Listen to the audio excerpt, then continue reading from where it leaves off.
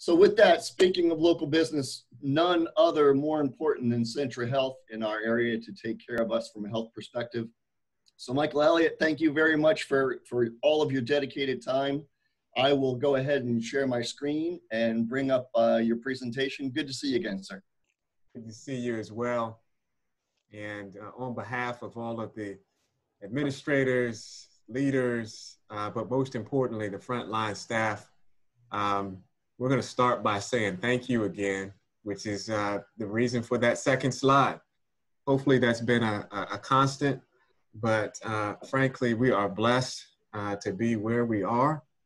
And we have not come anywhere close to exceeding the healthcare capacity of our local healthcare system.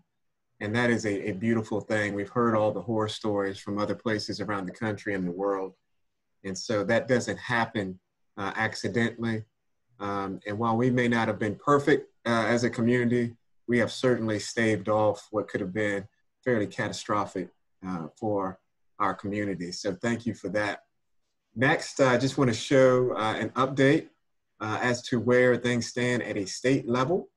The comparison to last week, the number of people tested has consistently increased from week to week between 40 and 50,000 for the last couple of weeks. As you can see, the total number of cases that are confirmed to be positive has gone up by about 6,000. That was the same thing as last week. It was about a 6,000 clip per week. The number of hospitalizations has gone up at the same clip as well, of about 600 additional hospitalizations. And the number of deaths has slowed just a little bit, but that number from week to week has been going up the last several weeks by about 200. So what I'm sharing with you is we're in this plateau at this point, and we'll be keeping our eyes on these numbers, much like the governor and the state are, to make sure that we don't see an increase in these rates and numbers. One of the things I wanted to point out on this slide that is new is that I really appreciate what our state government is doing. That orange banner going down almost the middle of the screen is new. And it shows not only immediate thinking, but it also shows the thinking that understands we're in this for the long haul. So they're hiring about 1,300 contractors, people to do COVID-19 investigations, contact tracers. So these are the individuals when someone is positive that goes through and starts contacting all of their contacts, et cetera, that they may have been exposed to.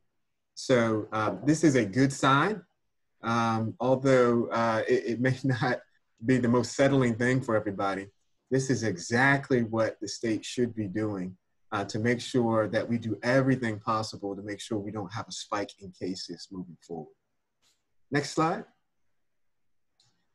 This should be familiar to everyone as well. Once again, in parentheses, you will see the numbers from last week. And then before that, the numbers from yesterday.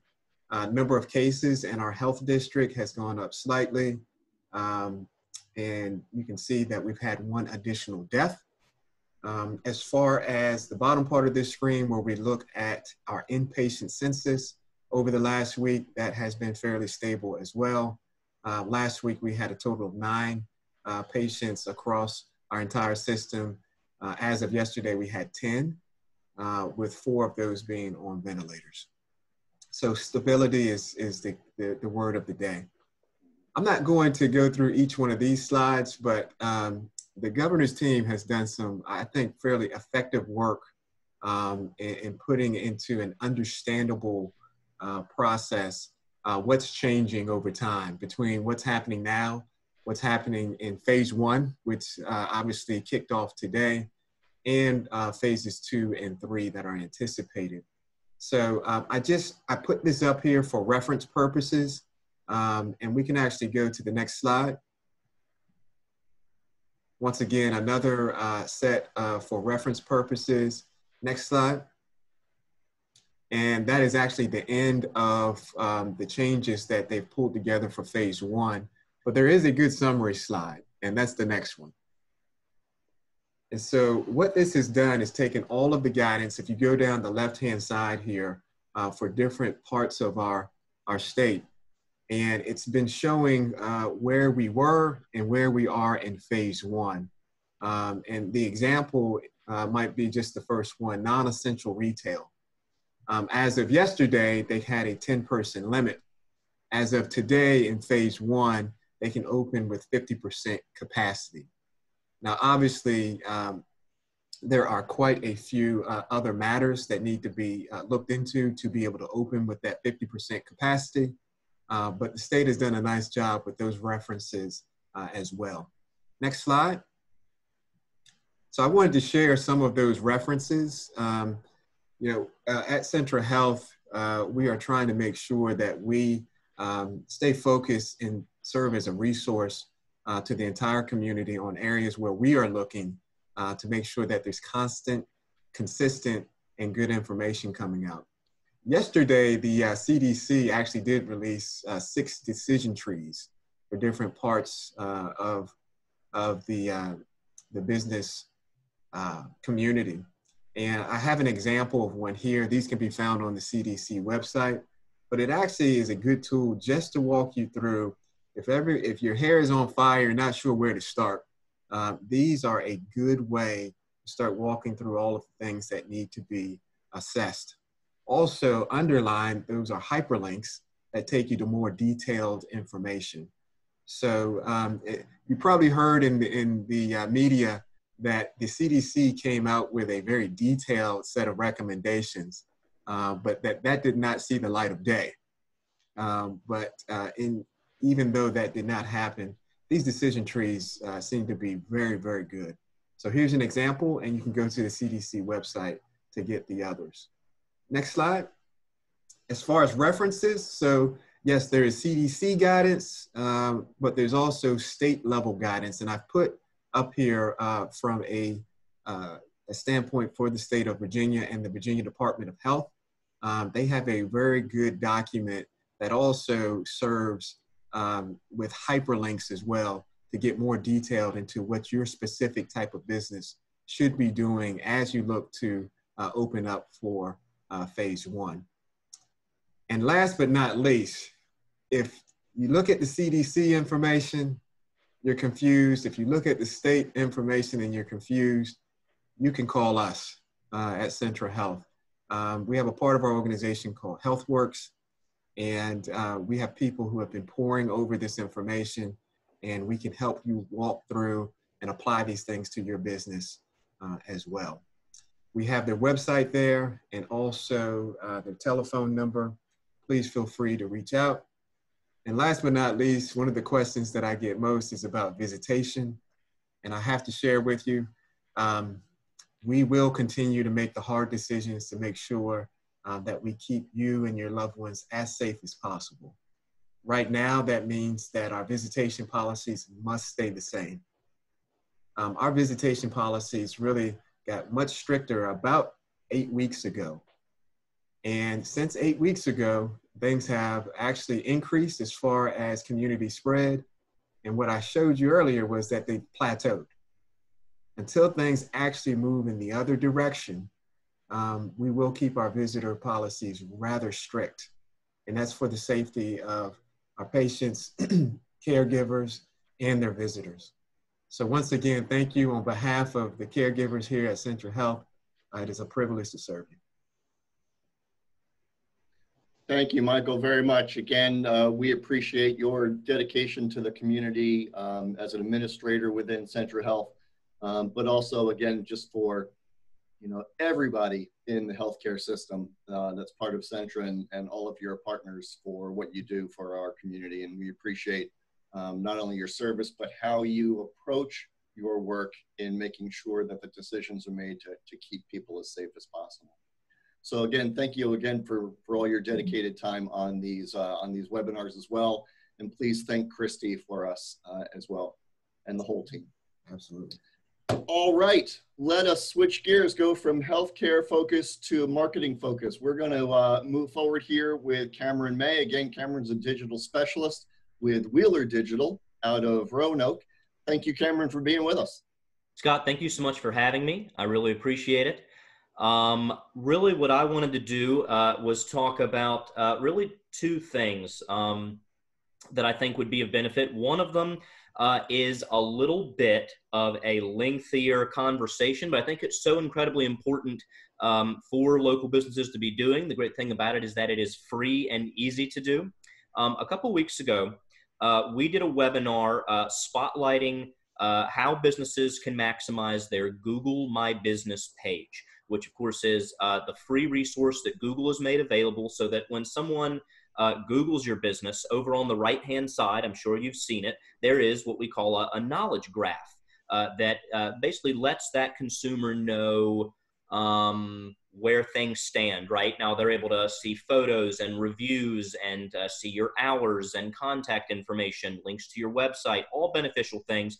That has always been something that we've considered best practices and really crucial for local business owners to stay on top of and to maximize. But what Google has done as businesses are pivoting and doing their part to kind of help fight this virus is that there is a whole bunch of temporary helpful things that they are encouraging businesses to do as far as modifying their hours in light of the virus, or temporarily closing, or if you are a restaurant and you are open but only open for certain things, being able to highlight what services are still available and which ones are temporarily suspended. And so again, the great thing about that is that it is easy to do and it doesn't cost you anything. There's about a 30-minute webinar that is on our website, wheelerdigital.com, that I would encourage anyone to go to and check it out and just make sure that they are using all those best practices, especially as we move towards reopening and some services and hours and different things are beginning to change, making sure that you're communicating that effectively. So next slide, please. The other thing I wanted to talk about was online audio. And so we, as a full service digital agency, we have a lot of different products that we offer that, depending on whether or not they are a fit for a business. But one thing that I really wanted to highlight is the idea, if you could click just one more, it'll bring up some text there. These are ads that I would sort of say are a great way to enhance or to adapt your radio effectiveness into the digital realm. So, of course, radio can be a really powerful technology and has been and continues to be an important way that a lot of local businesses can broadcast their message across their service area. But as people continue to work in place, one of the things that was in the guidelines that were just spotlighted is a lot of businesses, a lot of workers are still being encouraged to work from home. So what this technology is, very briefly, is a way to, even if people are maybe not commuting at the same level they traditionally did, it's a way to keep that radio presence and modify it to hit people across the streaming and digital arena. So next slide, please. The way that works is that we basically get, and we aren't the only ones that offer this product, just I want to make sure that people are aware that it's a valuable and important technology during this time. We basically get your 15 or 30-second radio spot, and instead of serving that on the radio, we are serving it on online content that people are accessing through their smartphones or their smart speakers, like as they are listening to streaming music or podcasts or anything like that. Click one more time, please. So the way that will work, here is an example. In fact, go ahead and just click once more. Go crazy. If somebody were to be on Spotify listening to, whatever their sunshine playlist is right now to celebrate this lovely weekend we're going to have, or if they are on SoundCloud, if they are on the iHeartRadio app, or if they're on their favorite podcasting app, this would be getting that radio spot and making sure that it is served there in that digital arena to help sort of enhance and to kind of adapt. Traditionally, if you had success with radio, this would be a way to help enhance that and get back in front of a lot of those people that are probably still going to be encouraged to work from home rather than commuting. So this statistic here is actually pre-COVID. 67% of the U.S. population listened to online audio monthly. The thing that we have seen most from COVID is that as far as digital trends and the way that people are shifting their behaviors into the digital realm, whether it's streaming TV and they're watching Tiger King, or if they're doing, they're listening to streaming, watch it again. It's so worth it.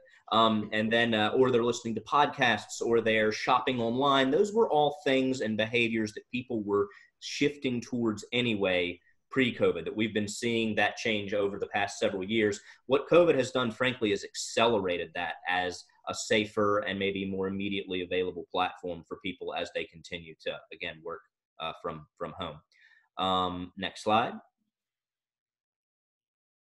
So the cool thing about really any digital technology, but online audio included, that I love so much is being able to mine data. So data is a word we've been hearing a whole lot, right, in our governor's briefings and whatnot. This is really a happy, maybe more positive form of the word data. That what I love about digital strategies as far as promoting your brand is being able to be really, really specific as far as who sees that ad. So first, that may mean something geographically. Anyone who right now, if you're doing digital to market your business, it's so important to make sure that those digital messages, be they online audio or display ads or video ads, you name it, make sure that those are only showing up in the footprint that is relevant for your business. You don't want to be paying money, marketing dollars, to be marketing to someone who's 3 states away and maybe not necessarily a need for your business. Now, the great other thing about digital that I'm sure LaShonda is going to touch on is digital allows us to market to people outside of a traditional geo, but you just want to be strategic with that choice. And so if you go to the next slide, the first way that I really like to tell people to spend their marketing dollars targeting wise, again, be they online audio or otherwise, is with a list of behaviors.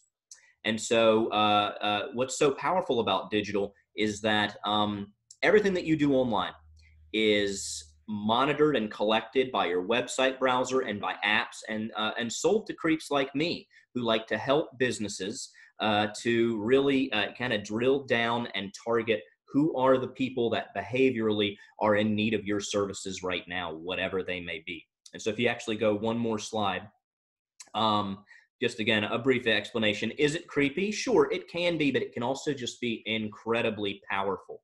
And so I really encourage, as people are finding new ways to adapt to the new normal, maybe as people are reluctant to go out or just being more careful about where they go, it's important that you can reach people wherever they are on whatever online device they're on. So one more slide, please.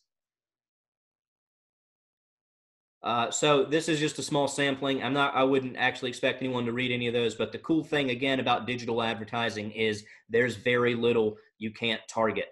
Number of belt buckles in household might be one, or anything like that. If you name it, if it is of relevance or importance to your business, it can probably be targeted.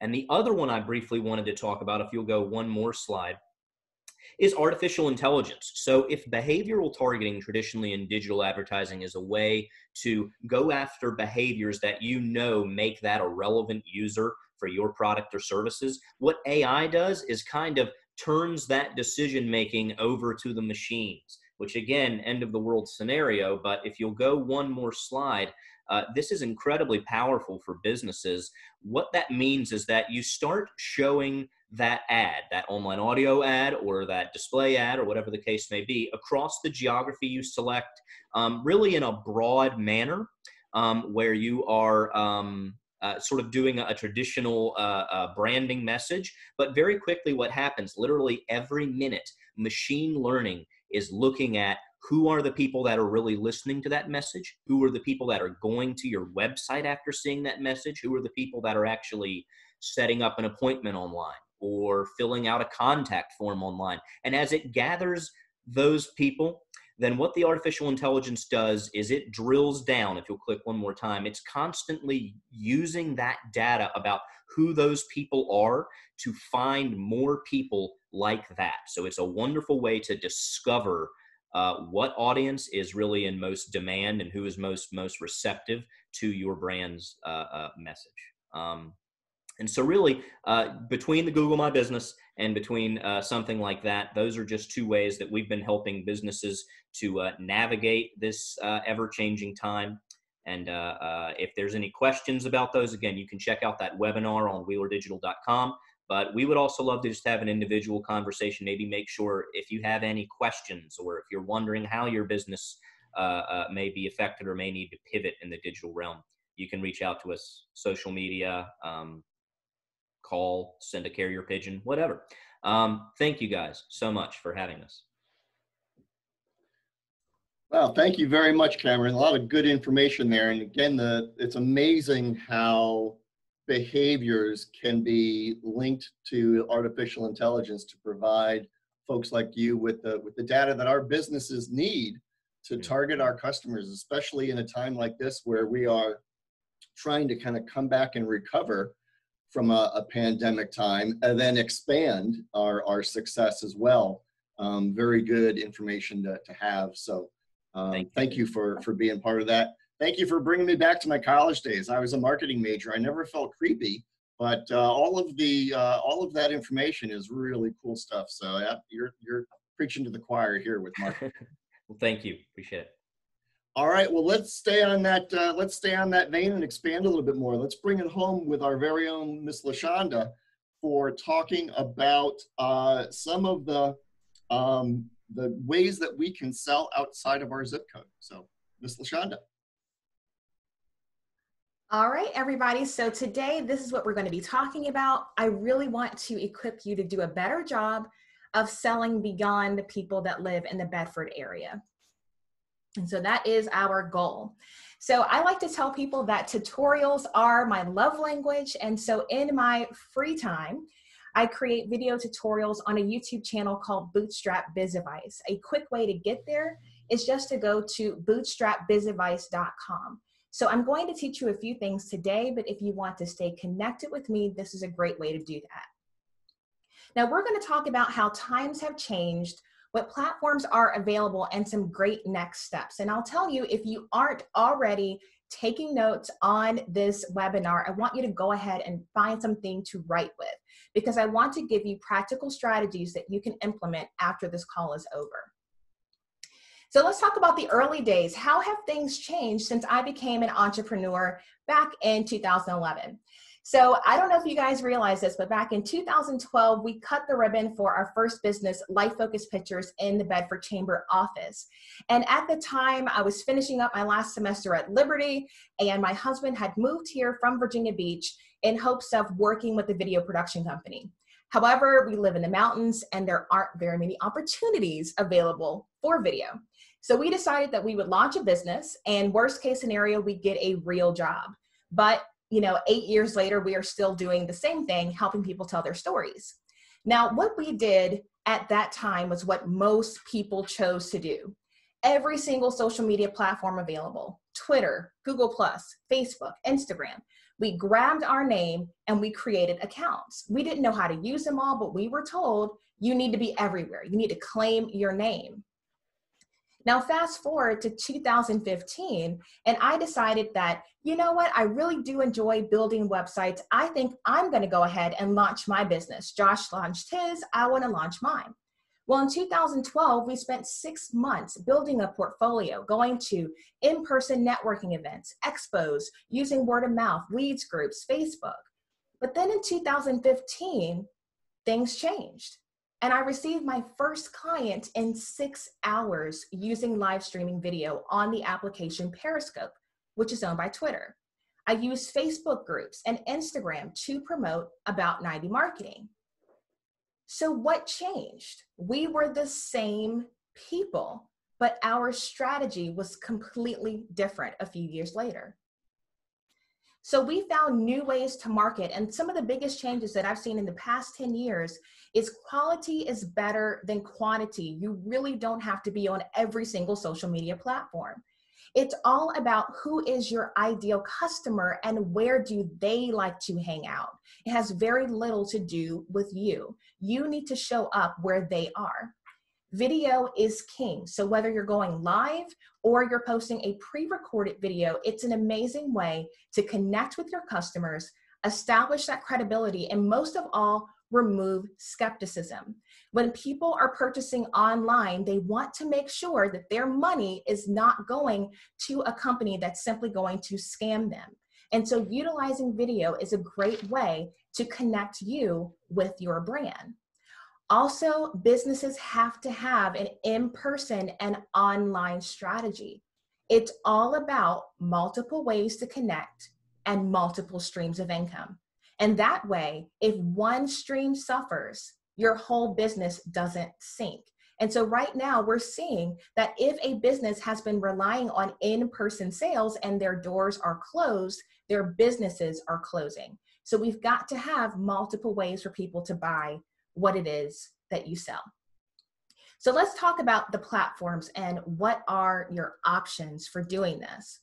Well, there are the big three. Facebook and Instagram are both owned by Facebook, and then there is YouTube. But social media is all about connecting and driving. Connect to your target customer. Use social media to drive traffic to your website. Social media is actually not about social media. It's about using social media to generate leads for your website, because you don't own Facebook, you don't own Instagram, and you don't own YouTube. And at any point, if you're fully reliant on those applications to talk to your customers and your account gets disabled or that application goes away, you have no way to talk to them. So don't rely on just the tools available in social media. You have to use it as a way to drive people to your website. And so that is why I recommend to most small businesses and nonprofits to utilize Squarespace as a platform for your website. Because your key to success is how quickly and easily can you make updates. In 2013, mobile phones made up 16% of worldwide traffic, but in 2019, that traffic passed the 50% mark. And what that meant is 1 out of every 2 people looking at a website were looking at it on a cell phone. So it used to be that mobile-friendly websites were optional, and now they just aren't, because you can't afford to miss out on that business. You need to make sure it's easy to update. Everything from staff changes to sales promotions, you have to be able to update your site on your own. You can't be reliant on the people who built your website. And also, it needs to be visually appealing. Your website is your digital storefront. How is your curb appeal? We understand this with the house. We understand this with the store. Your website is the same. So during this time, we actually gave the Chamber website a makeover. In the midst of all the craziness, we were able to take our existing website and move it over to a brand new template and increase the curb appeal. And even though the Chamber has not been able to engage with you face-to-face like we're used to doing, or utilizing flyers to promote events, we're keeping you up to date because we have a website to do it. And we're leveraging social media to drive traffic to that site. So selling online can be done in 3 easy steps. Number 1 is you have to post quality content. Remember, quality over quantity. You do not need to have a huge audience if you communicate value. I spend a lot of time helping other brands market themselves. So when it comes to my social media, I don't have huge followings on my business accounts, but I'm still generating sales because I'm posting quality content that explains what it is that I do. Number 2 is you have to have clear calls to action. A lot of people will post on social media and they're not telling people, what do you want them to do after they look at your post? So in a lot of cases, when it comes to my Instagram account, I'm generating posts on Instagram to drive traffic to my contact page so that people can schedule a free discovery call to talk to me about whether or not we're a good fit for each other to build their website. And the last thing is you have to automate the follow-up. You can leverage technology to make money while you sleep. I was telling Wendy this morning, I have no idea why, but I woke up at 2 o'clock this morning and could not go back to sleep. And when I opened my email at 2:36 a.m., I had sold a product. I'd sold an ebook to one of my YouTube followers. Was my business open? No. Was I attending a networking event? No, I had systems set up to continue to promote my business while I was asleep. And so these are the types of things that we have got to leverage. Online scheduling is another huge thing. We don't need to go back and forth to schedule a meeting. We can utilize online schedulers so that people can schedule themselves. And those types of things can be done on your website. So what we're going to do is we're going to take out 60 minutes to teach people how to sell on Instagram on June 19th. So this is also a Friday, but this is going to be a single call dedicated to walking through how can your business sell directly on Instagram. And if you want to go sign up now, you can go to bedfordareachamber.com/Instagram. And the Facebook event will be posted later in June, but I just wanted to give you guys the heads up.